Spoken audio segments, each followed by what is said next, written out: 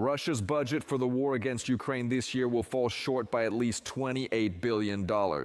According to the Financial Times, the Kremlin's overspending already amounts to 2 trillion rubles, and under a negative scenario, this figure could double. Because of this, the Russian Ministry of Finance is demanding the immediate freeze of nearly 3 trillion rubles in spending on civilian sectors. Overall, in the first 4 months of the year, the Russian budget deficit has climbed to a total of approximately 6 trillion rubles, which is the highest figure recorded since the start of the full-scale Russian invasion of Ukraine. Joining us is Igor Burakovsky, chairman of the board of the Institute for Economic Research and Policy Consulting. Mr. Igor, welcome. Thank you. I was wondering if you could take a moment to explain these specific numbers to us and our viewers. 3 trillion, 6 trillion, and $28 billion respectively. How critical or perhaps threatening, or whatever other term you feel applies, would you say this situation is for the stability of the Russian economy as of now? Well, let's go back to the numbers again. As of today, for the first 4 months of 2026, the overall federal government budget deficit has reached a total of approximately 5.9 trillion rubles. What does this mean? This essentially means that in 2025, when the budget for the fiscal year 2026 was being discussed and adopted, the deficit was planned at an estimated amount of about 3.8 trillion.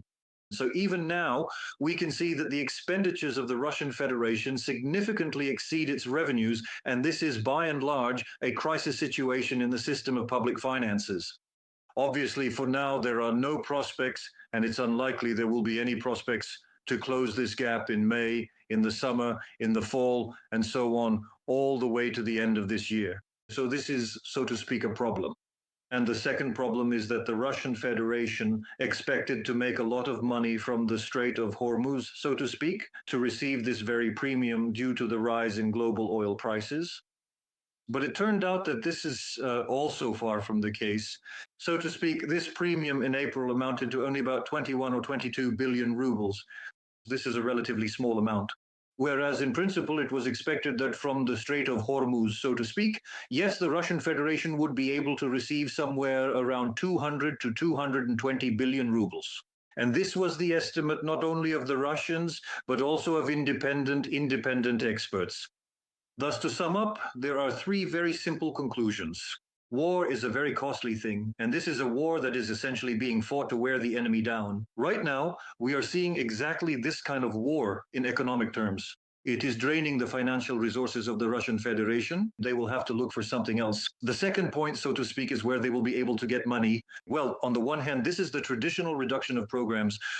A lot of programs have already been cut, starting with economic ones, the stimulation of certain industries, and everything directly related to that. And of course, these are social programs.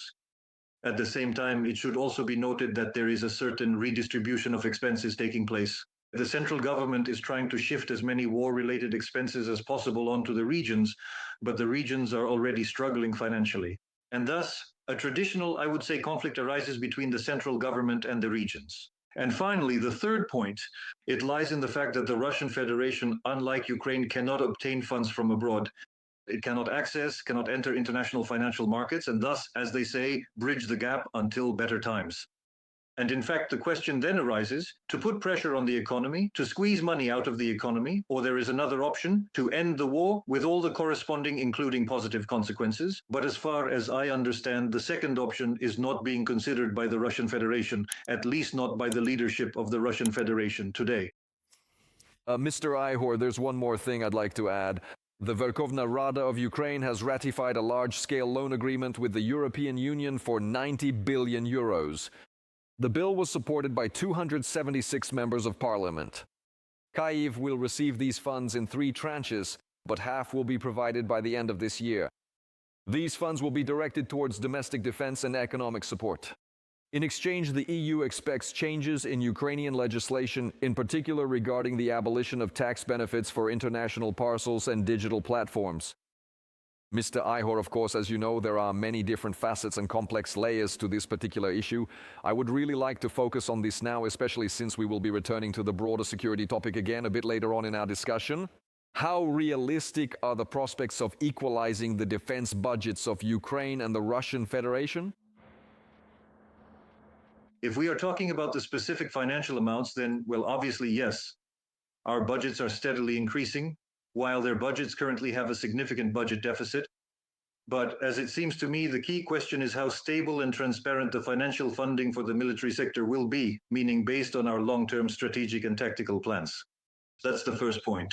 And the second point is, of course, where the money will go. If the money also goes towards supporting the Ukrainian defense industrial complex, that's a plus. We will be supplementing the weapons we receive from our partners with our own weapons. And this, of course, will strengthen our defense capability.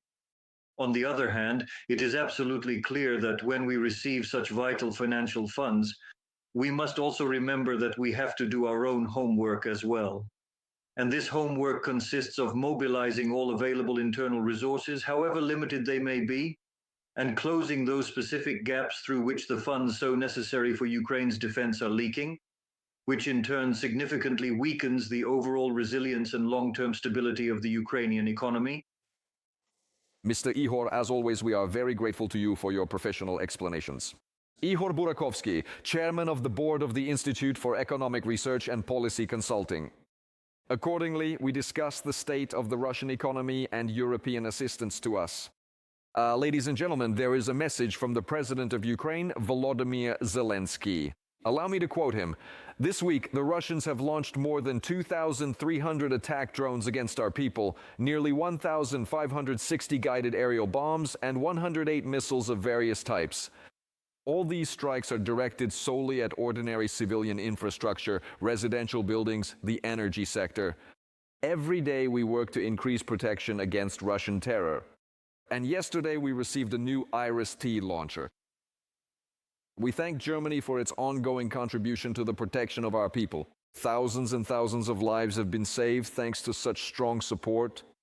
But we also need more missiles for our air defense systems to have enough capability to repel these Russian attacks, writes the head of the Ukrainian state.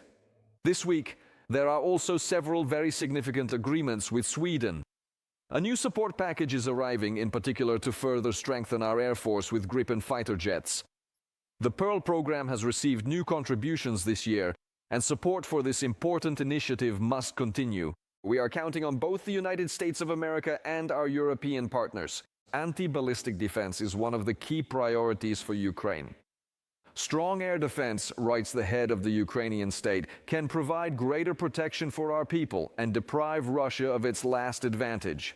We thank all our partners who are helping us and those who are standing prepared to respond effectively to Moscow's attempts to expand and escalate its war. It is very important that there is an understanding. Choosing war will have consequences.